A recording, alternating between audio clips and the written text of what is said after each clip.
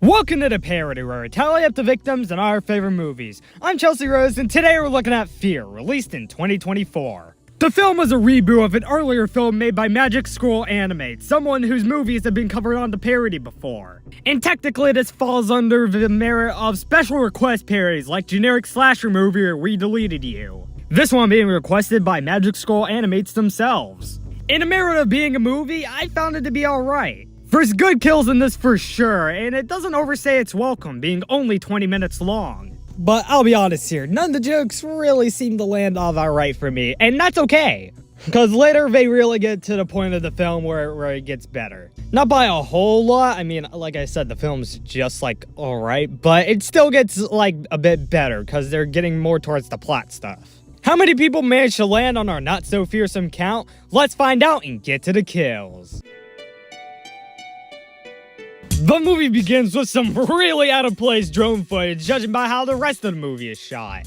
But I guess all it takes not to be out of place in the scene is a title card! And its 2024 reboot. In a scene where they look into the camera way too many times, they walk into the dining room.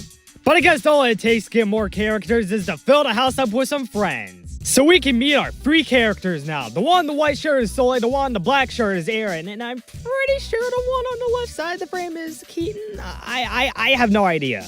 Maybe I didn't listen to any of the names said in the movie, but that's who I'm pretty sure is the main characters of the cast.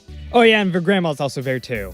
Anyways, they let out an offer of Uno, but it gets denied. And also, in this very house, a few people died about 10 years ago. Aaron thinks this shit's getting boring, so he decides to go off and take a shower? What? Couldn't have just whipped out some video games or something? Sully and Keaton start to go off and have— wait, is that a fucking Christmas tree in the background? Since Aaron's alone now, we need to establish that there's a killer in the house. They interrupt Aaron during his shower and gently hold a knife up to his stomach. Well, that was gentle, so I don't think anything— wait, what do you mean that actually killed him? The most blood this movie can muster up and a dead blinking body is left behind for the killer to add to the count. Although, can't really say you deserved that head tilt. While that was happening, Sully and Keaton get around to some untitled memery. Apparently, someone from her school managed to steal $10,000 of the school's funds, which is equivalent to the average Mr. Beast video. But let's play a game. Y'all need to know what happened to your friend. Sully finds out, and it's a not pretty off-screen sight. Oh, what's wrong? What's wrong? What's wrong? Aaron! He's dead! What? Yeah, I can't believe it either, Keaton. Everything still remains the same, a few gentle slashes to the stomach and all that. Because they have no— holy shit, is that a Chi-Town Thunderfist poster?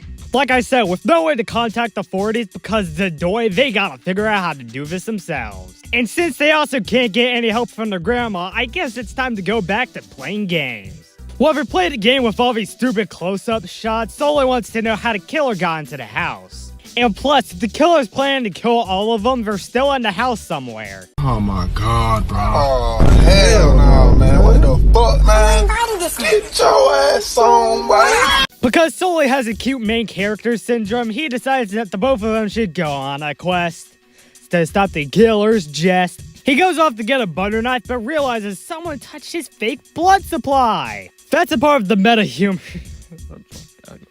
Listen, I said it doesn't kind of really work for me, but that just gets a bit funny. Keaton thinks it hasn't been emptied at all. On a close-up shot of the lid of the bottle shows that it's been punctured. Sully sells on a butter knife, but that's no knife.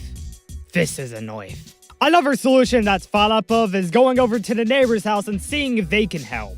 Could have worked if it wasn't for all these stupid-ass close-ups. However, the killer or whoever designed this house made sure that it couldn't be locked or unlocked from the inside. However, even though there are dogs down there, they thankfully didn't die. While eating some donuts and some even closer up shots, they decide that they probably want to try to kill the killer. Or, I guess not, since they immediately go back to playing the game. Not like I'd interrupt the parody with gaming footage at all, right?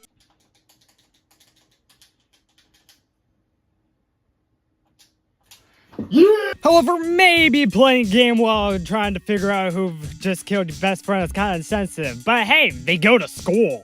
Wait, is that a fucking Dogman collection? Apparently they were supposed to have another friend going there, but she hasn't shown up yet, and she probably won't.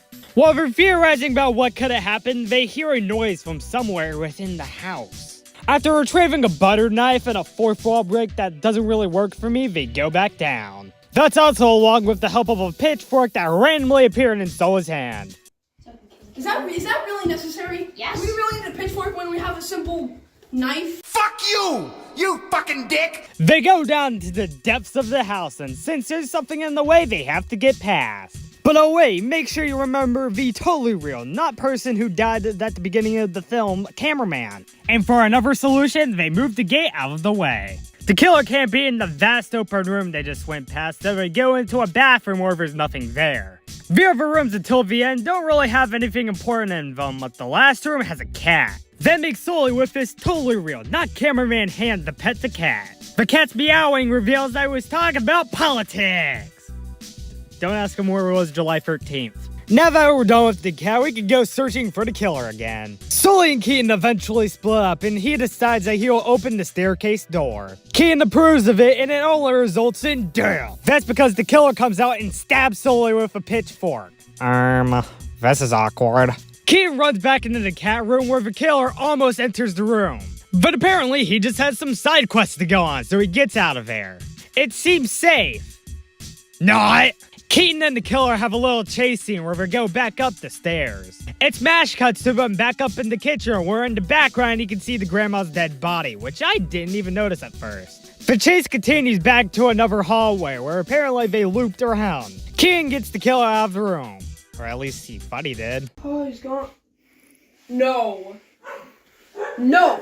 Get back under there! Yep, the killer was hiding under their bed, and the scene would have been better if it wasn't for the POV. While stealing the knife, he demasks the killer and reveals that it's evil Sully. That's right, the killer this entire time is Sully's evil, clone in air quotes. So, now that you know this information, I'm gonna have to kill you now. King gets to hold on evil Sully and has two options, the pills or the poison drink. He chooses the poison drink, and that's all it takes for the killer to get down to the ground, as well as some kicks. Evil Sully's death is ultimately confirmed with some milk blood out of the mouth, and that's the way the movie ends. How many people were killed when this friend group, and plus their evil clone, weren't really fearing for their lives all that much? Let's find out and get to the numbers. By our count, only 4 people died in Fear, with the victims consisting of 3 men and 1 woman. That gives us a pretty basic 3-to-1 ratio of dudes. We've seen this kill count before 5 times on the parody, and strangely enough, we haven't seen this gender breakdown in any of those. With around the top of 20 minutes, that left us with a kill on average every 5 minutes flat. I'll give Amethyst flavor to Evil Sully since it was a good and gross kicker to the film.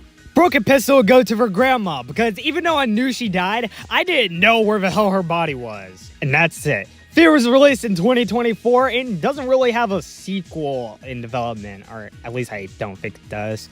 In 5 days from now, we're gonna be having a sleepover, but until then, I'm Chelsea Rose, and it's been the parody. Thanks a lot for watching this parody. I know the intervals between this one and the drone parody were not that big, but hey, I got this one done like 2 days after getting that one done, you know? And plus, I already had some bits of this one done too. So yes, next kill count will be the Roblox series Sleepover, and then after that, probably some other stuff I really wanted to get to. Plus Murder Drones episode 8 if it comes out. So yeah, thanks for watching.